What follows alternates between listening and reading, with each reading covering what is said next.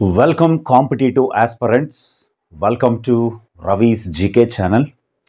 ఈ వీడియోలో మే నెలలో జరిగినటువంటి ఒక గ్రాండ్ స్లామ్ టోర్నమెంట్కి సంబంధించినటువంటి డీటెయిల్స్ని ఇప్పుడు మనం డిస్కస్ చేద్దాం. అది 2025 మేలో స్టార్ట్ అయ్యి 2025 జూన్తో ఎండ్ అయింది కాబట్టి ఇది లేటెస్ట్ కరెంట్ అఫైర్.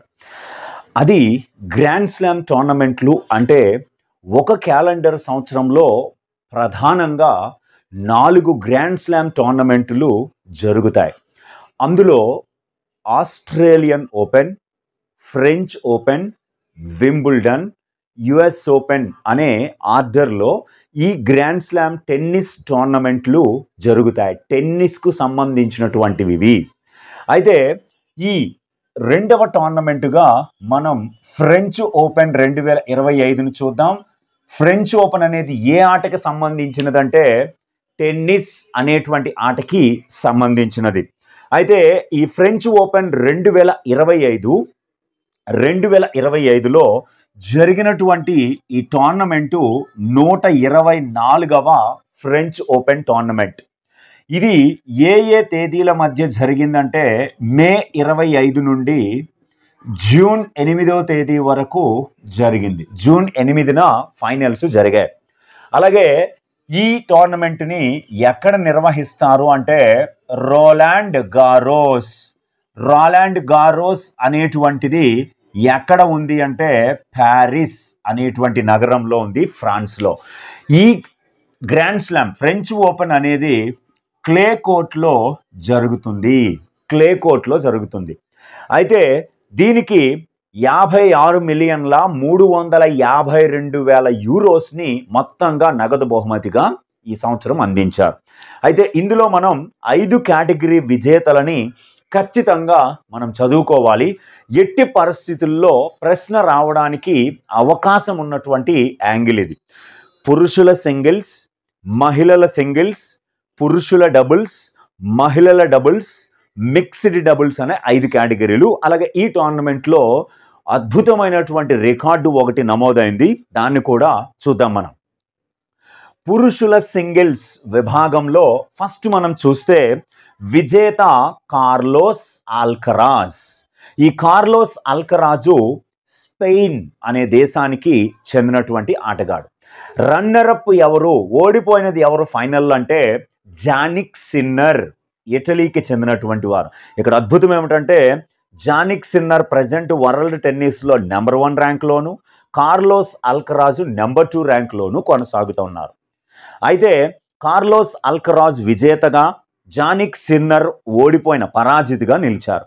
అయితే రేపు ప్రశ్న ఎలా వస్తుందంటే 2025 ఫ్రెంచ్ ఓపెన్ విజేత ఎవరు? Carlos Alcaraz. రెండో ప్రశ్న, 2025 ఫ్రెంచ్ ఓపెన్ విజేత కార్లోస్ అల్కరాజ్ ఏ దేశానికి చెందినవారు? స్పెయిన్. 2025 ఫ్రెంచ్ ఓపెన్ పురుషుల సింగిల్స్ విజేత కార్లోస్ అల్కరాజ్ ఫైనల్లో ఎవరిని ఓడించాడు? జానిక్ సిన్నర్ ఏ దేశానికి చెందినవాడు? ఇటలీ. లేదా వీళ్ళిద్దరు పేర్లు ఇచ్చి వాళ్ళు ఏ ఆటకు సంబంధించిన వారు అని అడగొచ్చు. కాబట్టి చాలా ఇంపార్టెంట్. రైట్, ఇప్పుడు మనం మహిళల సింగిల్స్ విభాగానికి వస్తే మహిళల సింగిల్స్ విభాగంలో విజేతగా కోకో గాఫ్ నిలిచారు. ఈమె యుఎస్ దేశానికి చెందినటువంటి వారు. కోకో గాఫ్. పరాజిత లేదా ఓడిపోయిన వారు అరియానా సబలెంకా, బెలారస్ అనే దేశానికి చెందినవారు. బెలారస్ అనే దేశము రష్యాకి మద్దతుగా ఉండడం వల్ల న్యూట్రల్ సిటిజన్గా ఈమె పాల్గొన్నారు. అరియానా సబలెంకా. కిందాక చెప్పినటువంటి ప్రశ్నలే. 2025 ఫ్రెంచ్ ఓపెన్ మహిళల సింగిల్స్ విజేత కోకో గాఫ్ ఏ దేశానికి చెందినవారు? యుఎస్ఏ. ఫైనల్లో ఎవరిని ఓడించారు? అరియానా సబలెంకా ఏ దేశానికి చెందినవారు? బెలారస్. అలా అడుగుతారు. నెక్స్ట్ కమింగ్ టు ద పురుషుల డబుల్స్, మెన్స్ డబుల్స్ అంటారు. ఆ మెన్స్ డబుల్స్ విభాగంలో 2 విజేతలు ఉంటారు. 2 పురుషులు, ఓడిపోయిన 2 పురుషులు ఉంటారు.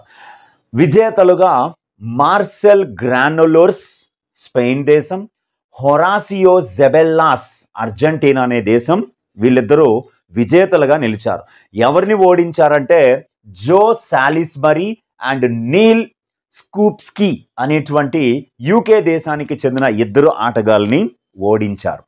మరి మహిళల డబుల్స్ విభాగంలోకి వస్తే విజేతలుగా ఎవరు నిలిచారంటే సారా ఎరానీ, జాస్మిన్ పావులోని, ఇద్దరు ఇటలీ దేశానికి చెందినటువంటి వారే.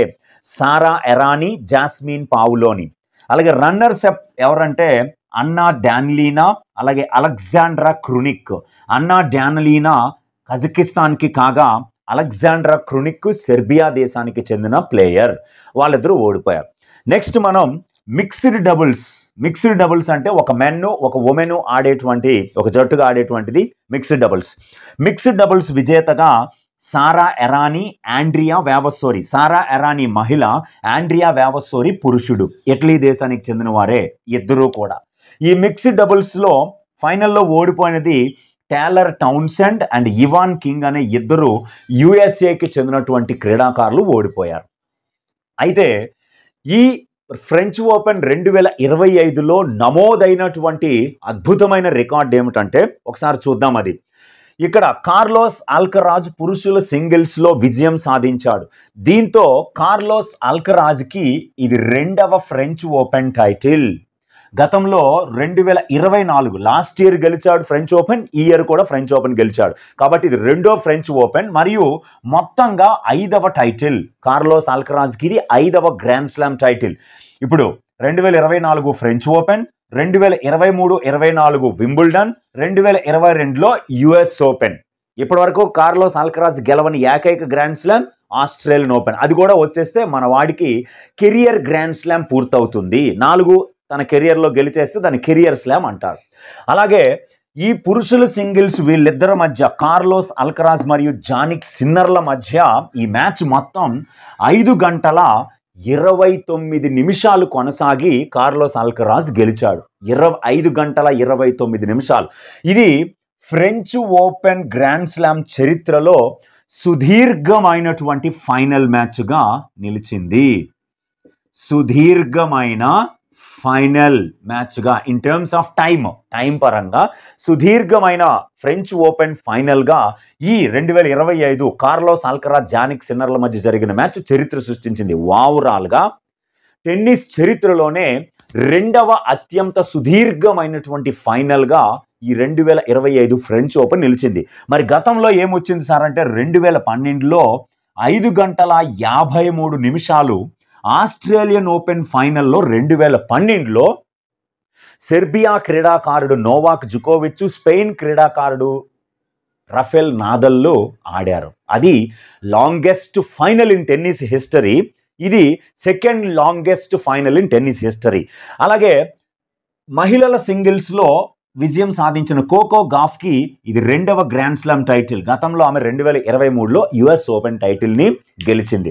మరి టెన్నిస్ చరిత్రలోనే 2 సుదీర్ఘమైన ఫైనల్స్ చూసాం. 2012 ఆస్ట్రేలియన్ ఓపెన్ ఫైనల్ 5 గంటల 53 నిమిషాలు, 2025 ఫ్రెంచ్ ఓపెన్ 5 గంటల 29 నిమిషాలు.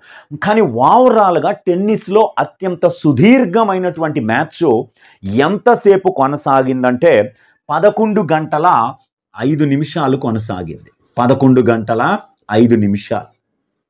3 రోజులు ఆడారు. John Isner and Nicolas Mahut. John Isner అన్నటువంటి ఆయన యుఎస్ఏకి చెందినవాడు, నికోలస్ మాహట్ అన్నవాడు ఫ్రాన్స్ దేశానికి చెందినవారు. ఇది 2010లో వింబుల్డన్లో జరిగినటువంటి మ్యాచ్. దీంట్లో నికోలస్ మాహట్ గెలిచాడు. ఆస్ట్రేలియన్ ఓపెన్ ఫైనల్లో అయితే జుకోవిచ్ గెలిచాడు. కాబట్టి చాలా చాలా ఇంపార్టెంట్ అయినటువంటి డేటా ఇది. ఖచ్చితంగా గుర్తుపెట్టుకోండి. మరొక వీడియోలో మళ్ళీ కలుసుకుందాం. Thank you very much. Screen shot తీసుకోవాల్సిన వాళ్ళు తీసుకోండి. ఇంగ్లీష్ మీడియం PDF అయితే దీనికి నేను పంపిస్తాను.